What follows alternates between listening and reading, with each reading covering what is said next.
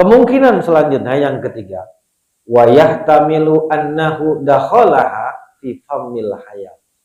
Nah, ini yang biasa sering kita dengar ceritanya dari kecil, Bang.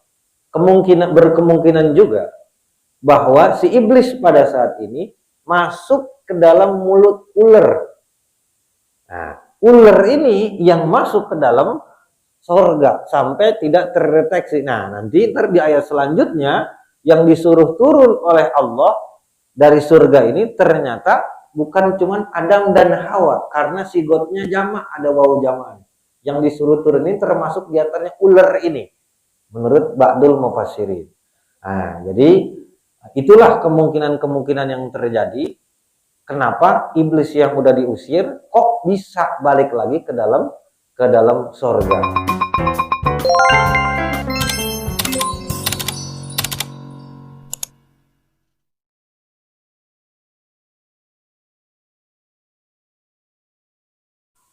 Bismillahirrahmanirrahim. Assalamualaikum warahmatullahi wabarakatuh. Alhamdulillahilladzi awwala an yazwamul wujud wa khalaqa mahiyatil asya'i min muqtadal wujud wa ansha'a bi qudratihi anwa'al jawahiril aqliyah wa fadlan rahmatihi muharrakatil asraril faqiyah. Wassalatu wassalamu ala zawatil anfusil qudsiyah al-munazzahati anil quduratil insiyah Muhammad Sayyidina wa Maulana Muhammad ibn Abdillah sahibil hayati wal mu'jizah wa ala alihi wa sahbihi at-tabi'ina hujjah wa bayyinah. Alhamdulillah, bersyukur pada pagi hari ini kita masih diizinkan dan diberikan nikmat oleh Allah untuk bermujahadah dan tatap muka, mujalasah, duduk, mengkaji kitab suci Al-Quran Al-Karim. Sehat Pak? Alhamdulillah sehat Pak. Ibu sehat? Alhamdulillah, mudah-mudahan kita semua baik yang hadir maupun yang belum berkesempatan hadir sehat jasmaninya, sehat rohaninya, juga sehat dompet dan ekonominya. Amin ya rabbal alamin. Karena mau lebaran, bahaya kalau lebaran tidak masuk. Baik Bapak Ibu sekalian jamaah rahimahumullah, kita sampai kepada surat Al-Baqarah ayat ke-34, sekarang ayat yang ke-35. Sebelum saya bacakan, metodenya seperti yang sudah-sudah. Saya bacakan dulu ayatnya, diterjemahkan secara ijmali, secara global, baru nanti sambil dibacakan kitab tafsirnya. Dalam hal ini yang kita gunakan dan kita pakai menjadi rujukan adalah karangan Imam Jalaluddin As-Suyuti dan Imam Jalaluddin Al-Mahali yang kita kenal masyhur disebut dengan tafsir Jalalain, dua orang jalan, bukan jalan lain Pak, tapi Jalalain. Jalalain ini jalannya ada dua. Baik, bismillahirrahmanirrahim. Qala Allah Ta'ala fi kitabihil karim wa huwa asdaqul qailin. Bismillahirrahmanirrahim. Wa qulna ya Adam uskun anta wa zawjukal jannata wa kula minha ragadan haitsu shi'tuma wa la taqraba hadhihi asy-syajarah fatakuna minadh dhalimin. Terjemah arti secara umumnya, wa qulna, dan kami berkata, saya kata Allah berkata. Ini namanya dhamir mu'azzam nafsah.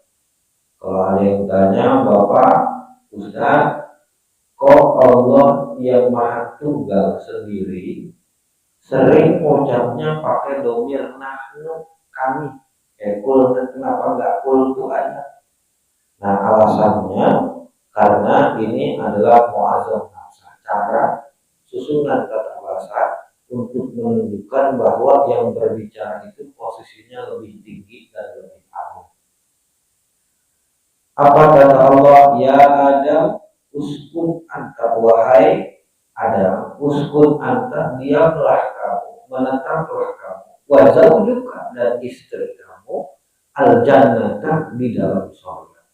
Wa kula minha ragadan haitsu syi'tuma, dan makanlah oleh kalian berdua dari surga itu berbagai macam jenis makanan yang luas yang gak ada batasannya, haitsu syi'tuma, sesuai dengan keinginan kalian berdua.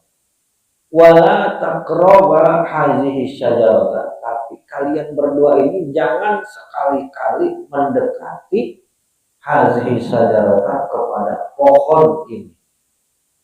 Yang dimaksud ini adalah pohon khuldi. Fatakuna minaz zalimin, kalau kalian memakan dampaknya fatakuna, maka jadilah kalian minaz zalimin, termasuk daripada orang-orang yang zalim. Nah, di dalam ayat ini yang kita tangkap, pertama surat Al-Baqarah ayat 35 ini berisi tentang cerita. Yang kedua, ceritanya ini mengenai Nabi Adam alaihissalam dan Bunda Siti Hawa. Ketika beliau berdua diciptakan oleh Allah Subhanahu wa taala, ditampang di depan para malaikat, ditantang malaikat yang mengatakan bahwa manusia ini cuma bisa bikin dosa aja. Manusia ini cuma bisa tasbihul dima, menumpahkan darah di alam bumi. Allah pertontonkan di depan para malaikat bahwa ternyata si manusia ini mempunyai ilmu yang tidak dimiliki para malaikat. Ketika para malaikat sudah mengiyakan, para malaikat sudah percaya dengan kemampuan Nabi Adam, maka Allah memerintahkan para malaikat berikut makhluk yang ada di antaranya, yaitu iblis laknatullah alaih. Iblis laknatullah alaih ada di antara para jin, di antara para malaikat ini. Allah nyuruh sujud pada ayat selanjutnya.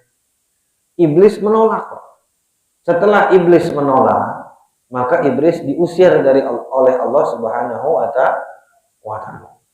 Permasalahannya sebagian orang bertanya, pasca diusir oleh Allah, ketika iblis ini udah melakukan aba wastakbar, mereka menolak dan merasa lebih gede daripada manusia, merasa lebih unggul daripada manusia, kemana nih iblis? Nah, para mufassirin, diantaranya Imam Ibnu Katsir di dalam kitab Al-Bidayah wan Nihayah, beliau menjelaskan pada saat itu iblis sudah diusir turun ke alam bumi. Nah, ketika iblis sudah diusir ke alam bumi, Nabi Adam, beliau diciptakan setelah sudah jadi dimasukin ke dalam surga. Maka kata Allah ini, ya Adam uskun anta, berdiam dirilah kamu, menetaplah kamu, wa zaujuka, dan pasangan hidup kamu, yaitu Siti Hawa. Karena Siti Hawa ini diciptakan dari mana? Dari tulang rusuknya laki-laki atau tulang rusuknya Nabi Allah Adam. Di mana pembicaraan ini terjadi antara Allah dengan Nabi Adam?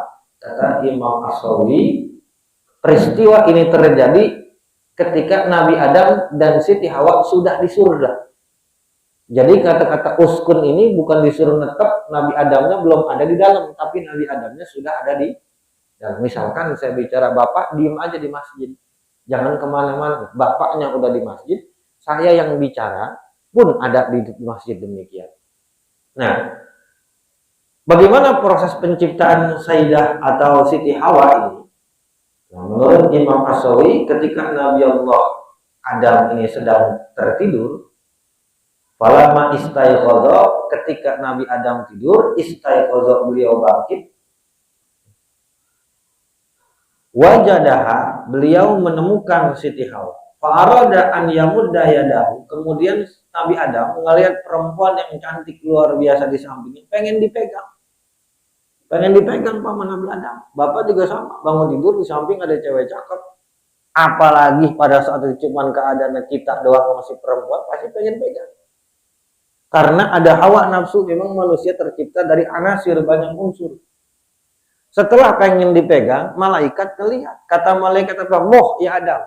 Tahan Adam, tunggu dulu sebentar. Jangan sentuh sebelum ente bayar mahar buat nikahin ini si Hawa. Malaikat Siti akhirnya Nabi kita, bapak kita Nabi Adam nanya sama malaikat. Emang apa malaikat maharnya? Para malaikat berkata, menjawab faqalu salasa sholawatin au isruna sholatan ala sayyidina Muhammadin sallallahu alaihi wasallam. Maharnya adalah selawat kepada Nabi sebanyak 3 kali atau dalam satu riwayat sebanyak 20 kali. Baru itulah pernikahan pertama terjadi di alam jagat raya ini yang Allah ciptakan oleh Allah Subhanahu wa taala. Itu terjadi di surga. Itulah kisah sedikit pertemuan antara Nabi Adam dengan Siti Hawa. Karena di awal ayat sebelumnya, Bapak Ibu, para hadirin, yang diceritakan ini cuman Nabi Adam. Kok tiba-tiba di ayat ini selanjutnya langsung disebutkan 2 orang, uskun anta, kamu, wa zaujuka, dan istri kamu. Nah, cerita ini yang dipotong, yang dikutip dari berbagai riwayat hadis oleh para mu'arrikhin dan para mufassirin, melengkapi dari kronologi yang ada. Kenapa dijelaskan? Karena untuk memahami sebuah cerita, kalau ada penggalan yang tidak utuh atau informasi yang kurang, dikhawatirkan akan menimbulkan pertanyaan. Jadi nggak langsung karena zaman dulu cuma Nabi Adam dan Siti Hawa, itu langsung Nabi Adam nikahin Siti Hawa. Enggak, ada tetap tata cara dan kaifiat. Apa tata caranya? Apa maharnya? Tadi dijelaskan oleh Imam As-Sawi, hasyiahnya tafsir Jalalain, adalah 3 kali salawat atau 20 salawat kepada Nabi Muhammad Sallallahu Alaihi Wasallam. Jadi pada ayat ini menyatakan demikian. Cuman ada satu larangan di sorga pada saat itu, jangan mendekati pohon khuldi, pohon yang nanti buahnya disebut dengan buah khuldi. Kenapa? Karena ini merupakan salah satu ujian dari Allah kepada Nabi Allah Adam untuk menaati atau tidak. Urusan nanti ke depannya, apakah pelanggaran yang dilakukan oleh Nabi Adam ini kartu merah yang merupakan sebuah dosa atau bukan, nanti di ayat selanjutnya kita akan baca tafsirnya lebih lengkap. Baik, jadi yang menikahkan pada saat itu adalah Allah dan para malaikat. Allahnya hadir, dan memang Allah selalu hadir, berikut juga para malaikat yang ada di sana. Jadi walinya pada saat itu, kalau kita posisikan seperti kondisi sekarang, yang menjadi wali dan saksi adalah para malaikat yang ada di sana. Oleh sebab itu di kitab ini disebutkan faqalu, maka mereka berkata, malaikatnya enggak satu, tapi ada individu malaikatnya ada banyak dalam bentuk sigot wawu jamak yang menunjukkan banyaknya para malaikat yang pada saat itu hadir. Nah, kira-kira demikian yang dapat disarikan dari referensi dari mana tadi barusan Ustaz dalam kitab Hasyiah Sawi atau Hasyiah Tafsir Jalalain yang ngarang Imam As-Sawi. Ya, baik, ayat selanjutnya fa'azallahuma syaitan, lalu setan membuat mereka berdua, yaitu Adam dan Hawa, menjadi tergelincir, jatuh dari surga. Siapa setan yang dimaksud ini? Ai iblisu, yaitu si iblis. Azhabahuma, si iblis ini azhabahuma, membuat mereka pergi dari surga. Nah, tadi kan cerita di awal, cerita sebelumnya Pak, iblis ini udah diusir karena udah melakukan kesombong. Iblis ini diusir bukan cuma gara-gara nggak mau sujud Pak. Angkuh di dalam hatinya ketika disuruh sujud sama Allah, ditanya kenapa nggak mau sujud, iblis jawab, ngebalikin, iktirad, melakukan balasan kepada Allah. Kata iblis, khalaqtani minna, engkau ya Allah menciptakan saya dari wa khalaqtahu min tin, sedangkan engkau menciptakan si Adam ini dari tanah, tempat yang hina, lumpur yang kotor. Nah, karena rasa ujub itu Pak, artinya merasa lebih baik ketimbang orang lain. Inilah yang menjadi penyebab rontok seluruh amalan-amalan dan ibadahnya iblis. Karena iblis ini bukan main-main, Bu. Iblis itu termasuk ahli ibadah. Bukan cuma ahli ibadah, dia dapat gerak al-alam yang pinter. Tiap langit iblis ini punya sebutan nama beda-beda. Di antaranya adalah Azazil, bahkan menjadi pemimpin daripada para malaikat, padahal bukan malaikat. Nah, lalu dari mana si iblis ini? Menurut para alim ulama, sebelumnya, seingat saya kita sudah pernah bahas itu. Jadi kata para alim ulama di dalam kitab ini menjelaskan yang dimaksud dengan iblis adalah Abul Jan, bapaknya jin. Ya? Jadi bapaknya jin itu iblis. Iblis bapaknya punya anak bangsa jin. Bangsa jin ini yang ngikutin bapaknya kufur, nggak mau iman, disebutnya dengan syaitan. Para bangsa jin yang mau beriman, nah ini nggak termasuk daripada nggak disebut setan. Jadi jin sama setan itu Pak, individunya dia aja, jenisnya dia aja. Jadi nggak setan satu, jin satu. Tapi jin yang nggak taat dan nggak mau menerima ajaran Islam atau nggak taat sama perintah Allah juga kufur, ini disebutnya dengan setan.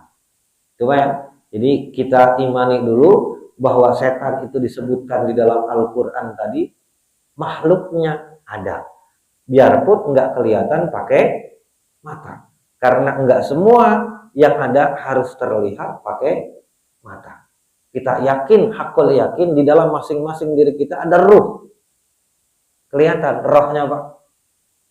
Kalau roh orang meninggal kelihatan ninggalin tempat tubuhnya. Nah itu berarti kita yakin ada sesuatu yang memang maujud tapi nggak bisa dilihat karena pandangan mata kita terbatas. Kecuali Bapak diperlihatkan. Nah ini baru lain cerita. Baik, itu asal usul dari si iblis laknatullah alaih, yang Allah laknat, yang menyebabkan bunda kita Ibu Siti Hawa dan juga Nabi Allah Adam ini turun dari surga. Anha dari surga, ail jannati, yaitu maksudnya dari surga. Gimana caranya si iblis ini merayu Nabi Allah Adam dan merayu Siti Hawa untuk memakan buah khuldi ini? Nah, ini dijelaskan oleh Imam Jalaluddin As-Suyuti dan Imam Jalal Al-Mahari dalam kitabnya. Beliau mengatakan bi an qala lahuma. Si iblis ini Pak ngomong ke Siti Hawa dan ngomong kepada Nabi Adam. Hal adullukuma ala syajaratil khuldi. Mau enggak saya kasih tahu pohon yang andai kata kamu makan, kamu akan mendapatkan keabadian di dalam sorga. Nah, ini iming-iming iblis Pak. Parahnya lagi, wa qasamahuma billahi annahu lahuma laminan nasihin. Si iblis bersumpah demi Allah bahwa dia ini adalah orang yang memberikan nasihat positif. Apa yang dia sampaikan itu benar. Jadi ini iblis udah bohong. Ngebohongin Nabi Allah Adam dan Siti Hawa supaya memakan buah khuldi ini.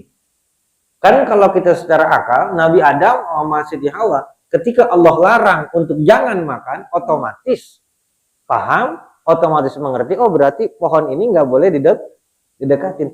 Kok bisa Nabi Allah Adam yang taat sebagai Nabi maksum tiba-tiba makan itu? Ternyata ada asbabnya, yaitu dirayu sama iblis, digoroh-gorohin kalau kata orang Betawi, dikalah-kalahin.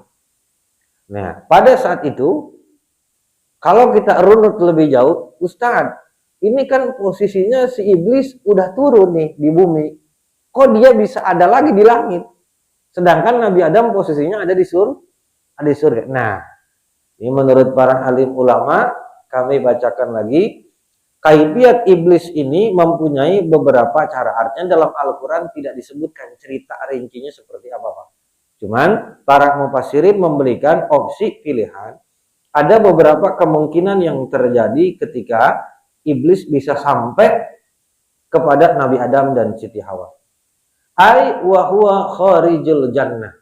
Kata Imam As-Sawi menceritakan iblis ini posisinya kharijul jannah, itu ada di luar sorga. Wahuma dakhiluha, sedangkan Siti Hawa dan Nabi Adam ada di dalam sorga.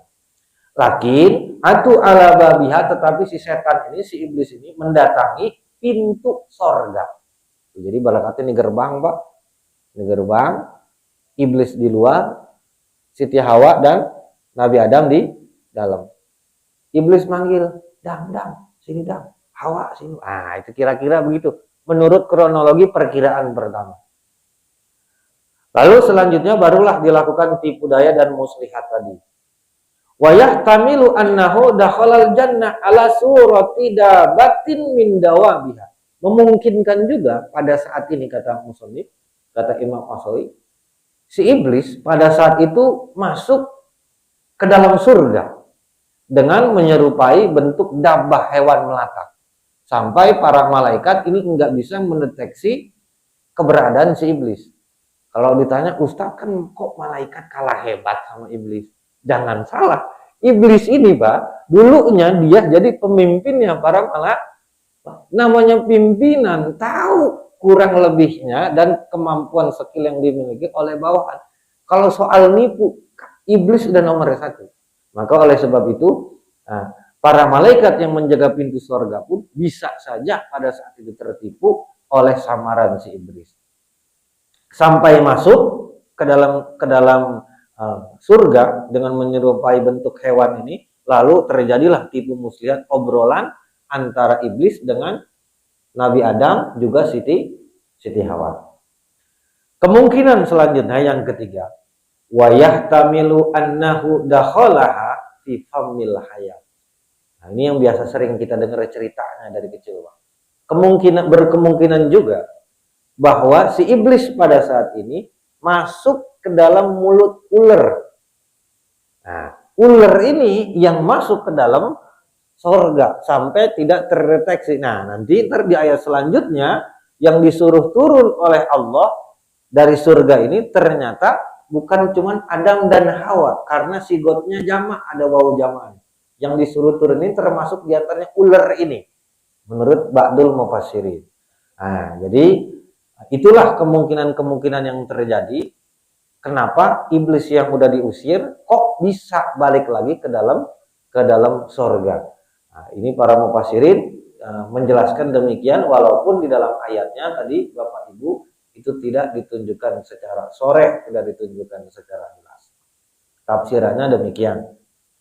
Nah, fa'akhrajahu ma mimma kana fihi, lalu si iblis akhirnya berhasil mengeluarkan Nabi Adam dan Siti Hawa mimma kana fihi, dari apa-apa yang mana Adam dan Hawa ada di dalamnya. Maksudnya berhasil mengeluarkan dari surga, berhasil mengeluarkan Adam dan Hawa dari kenikmatan-kenikmatan yang Allah berikan. Minan naimi, yaitu dari kenikmatan yang Allah anugerahkan di dalam surga kepada Adam dan juga Hawa. Sampai sini Bapak Ibu, wa qulna ihbitu, lalu Allah berkata, ihbitu, turunlah kalian. Maksudnya ihbitu kalian kan orangnya ini cuma 2 sebenarnya, yaitu Siti Hawa dengan Nabi Adam. Kalian itu untuk banyak orang. Siapa yang diajak, yang disuruh turun oleh Allah selain 2 orang ini? Yang pertama kata Imam As-Sawi yaitu iblis sendiri, 3 individu berarti, Pak. Yang keempat wal hayat, dan ular tadi yang dijadikan tunggangan si iblis. Nah, maka ayat ini sudah mencakup semuanya, berikut sama anak keturunan Nabi Adam yang dikandung oleh Siti Hawa dan juga Nabi Allah Adam. Disuruh turun kemana? Ilal ardi, kepada bumi. Ay antuma bima istamaltuma, maksudnya kalian berdua, Adam Hawa. Bima istamaltuma, berikut dengan apa yang ada di dalam, yang dicakup oleh kalian. Siapa itu? Min zurriyatikuma, yaitu anak keturunan kamu. Jadi pada saat itu udah dianggapnya Nabi Adam dan Siti Hawa ini punya keturunan banyak yang nanti akan mengisi di alam bumi. Ba'dukum li ba'din aduun, sebagian dari kalian dengan sebagian yang lain itu berlawanan arahnya. Maka para mufassirin menjelaskan ketika Nabi Allah Adam turun, di mana turunnya Pak Nabi Adam? Di negeri apa? Di India. Nabi Adam diturunkan di India. Kata siapa? Kata Imam As-Sawi di sini disebutkan, beliau di negeri bimakanin yuqalu lahu Sarandib. Satu tempat yang disebut dengan Sarandib bil Hindi, di kota di negara India atau Hindustan. Wahawa di Jeddah. Sedangkan Siti Hawa dikirim di Arab Saudi sekarang, di kota Jeddah. Makanya Jeddah, neneknya kita yaitu siapa? Yaitu Siti Hawa. Nah, di Jeddah itu Pak. Ntar ketemunya di mana? Di Jabal Rahmah adanya di mana Pak? Jabal Rahmah ada di Arab Saudi. Nah, itu berarti dari sana kita bisa paham bahwa perjuangan laki-laki untuk nyamperin perempuan itu lebih besar perjuangan ketimbang perempuan. Karena perempuan nggak kemana-mana, nggak keluar negara. Kalau Nabi Adam dari India sampai ke Arab Saudi, jarak yang ditempuh lebih jauh. Maka itulah memang bawaan sifat laki-laki harus berani berkorban untuk berjumpa kembali dengan pujaan hatinya, yaitu Siti Hawa. Nah, kemudian selain daripada dua individu, yaitu kakek nenek kita, wal iblis bil ablah. Nah, sedangkan si iblis diletakkan di daerah sebuah daerah disebut dengan ablah. Wal hayat bi asbihan, dan ular tadi yang jadi penyamaran iblis, yang masuk si iblis di dalam mulut ular ini ditaruh di negeri Asbihan. Ini maksud daripada ba'dukum li ba'din aduun. Sebagian dari kalian dengan bagian yang lain saya taruh secara terpisah. Enggak di dalam turun satu tempat. Nah, itu walakum fil ardi mustaqarrun wa mata'un ilahin, dan bagi kalian di dalam bumi ini mustaqarrun, ada tempat tinggal. Artinya bumi ini bisa ditinggalin, wa mata'un, dan terdapat kenikmatan-kenikmatan yang Allah sediakan, bisa untuk dimakan, bisa untuk dikonsumsi, ilahinin, sampai pada batas waktu tertentu, yaitu sampai hari kiamat. Itu uraian singkat tentang ayat yang ke-36, sudah berikut dengan beberapa tafsir yang disebutkan. Yang ditanyakan oleh guru kita, Pak Haji Anas, apakah iblis ini berkembang biak? Jawabannya iya, berkembang biak.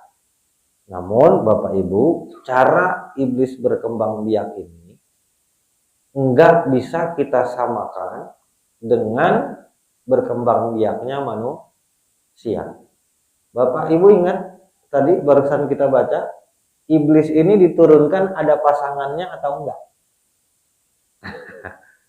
Yang ada pasangannya ini Nabi Adam atau si iblis? Nabi Adam. Iblis kok bisa berkembang biak? Nah, begini Bapak Ibu. Kalau berkembang biak kan harus ada pasangan. Nah, maka para alim ulama menjelaskan tadi ini Pak, karena ini sifat yang goibah, perkara-perkara yang goib yang nggak bisa keidrok, nggak bisa diketahui dengan pandangan mata kita, maka satu-satunya tempat sandaran kita berpikir adalah mengikuti cerita para alim ulama sebagai sumber informasi yang diberikan dan dimukasyafahkan, baik ilmu maupun pandangannya. Maka kita merujuk ke sana. Kata para alim ulama bahwa iblis ini memungkinkan cara berkembang biaknya itu dengan membelah diri. Jadi, makanya iblis mah, setan mah, ketika dia udah baru lahir langsung taklid, langsung mukalaf. Beda sama kita, anak bayi nggak wajib sholat.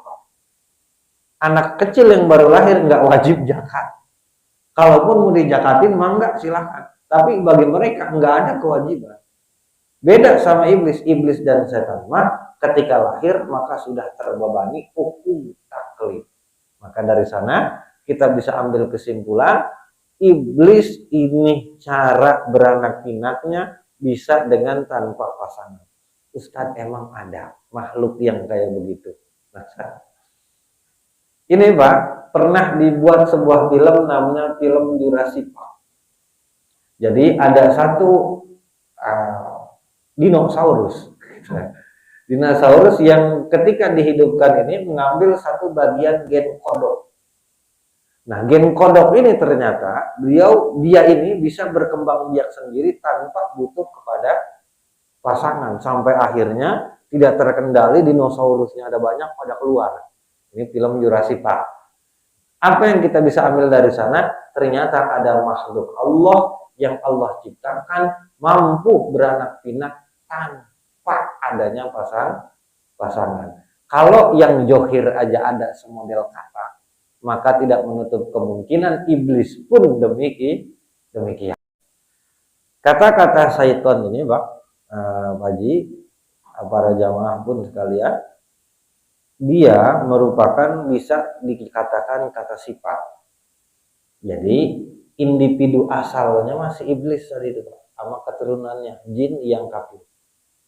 Lalu orang-orang jin-jin yang kafir ini yang disebut dengan syaitan. Jadi syaitan itu merupakan sebuah lekatan satu sifat yang dilekatkan kepada si jin yang kafir tadi. Nah, berlindung dari auzubillahi minasyaitonirrajim, berlindung dari apa? Satu, berlindung daripada godaannya. Karena setan ini punya tugas, Pak. Jin-jin kafir ini punya tugas yaitu menggoda manusia. Dengan cara apa? Dengan cara memberikan khotir, besitan-besitan hati di dalam diri kita. Lewat dari mana besitan hati itu lewat? Nah, di antaranya adalah lewat dari makanan dan minuman apa yang kita makan dan apa yang kita minum. Maka kita dianjurkan, bahkan diwajibkan pada bulan ini untuk berpuasa supaya syahwat kita ini tertekan. Karena syahwat itu merupakan mediasi, alat paling hebat bagi iblis untuk mengontrol dan mengendalikan manusia.